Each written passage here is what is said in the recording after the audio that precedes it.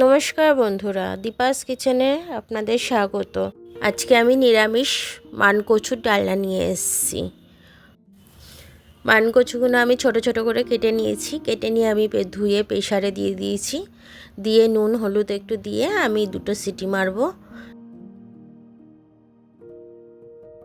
দেখুন, আমি প্রেসার কুকারটা খুলে আমি এটা বের করে নিয়েছি। একটা কড়া বসিয়ে দিয়েছি। কড়ায় দেখুন আমি তেল দিয়ে দিয়েছি। দিয়ে 2টো তেজপাতা ছিঁড়ে দিয়ে আলুগুলো দিয়ে ভাজা ভাজা করব নুন হলুদ দিয়ে। ভাজা ভাজা করতে করতে ওদিকে একটা মশলা করে নেব আমি।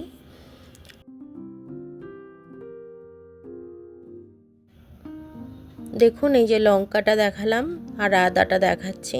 এই যে আদা আর লঙ্কাটা আমি পেস্ট করে নেব।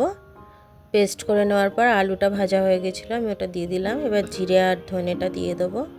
দিয়ে এবার এটাকে আমি কষতে থাকবো। একটু হলুদও দিয়েছি। আর এবার আমি কষে এটাকে দেখুন এর জলটা পুরোটা শুকিয়ে গেল।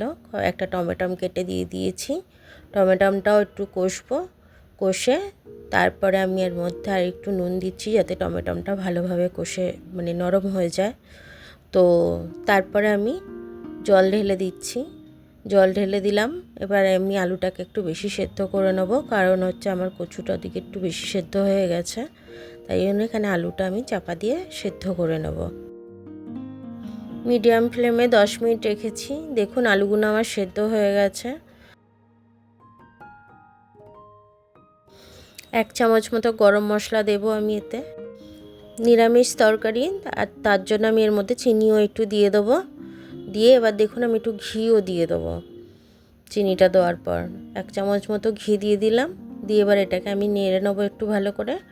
নেড়ে নিয়ে তারপর একটু স্বাদ মতো নুন দেব। তারপর সেদ্ধ করা মানকচুটা দিয়ে দেবো। দিয়ে একবারই একটু নেড়ে দেবো। নেড়ে দিয়ে 2 মিনিট মতো আমি চাপা দিয়ে এটা রেখে দেব। তারপরে এটাকে আমি নামাবো।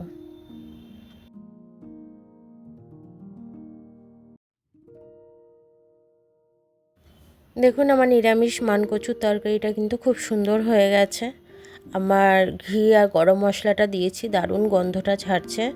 আমি নামিয়ে নিয়েছি। আপনারা এরম করে খেয়ে দেখবেন একদিন কেমন লাগে। আশা করি আপনাদের খুব ভালো লাগবে, কারণ আমাদের খুব ভালো লেগেছে। আমার ভিডিওটা দেখার জন্য অনেক অনেক ধন্যবাদ।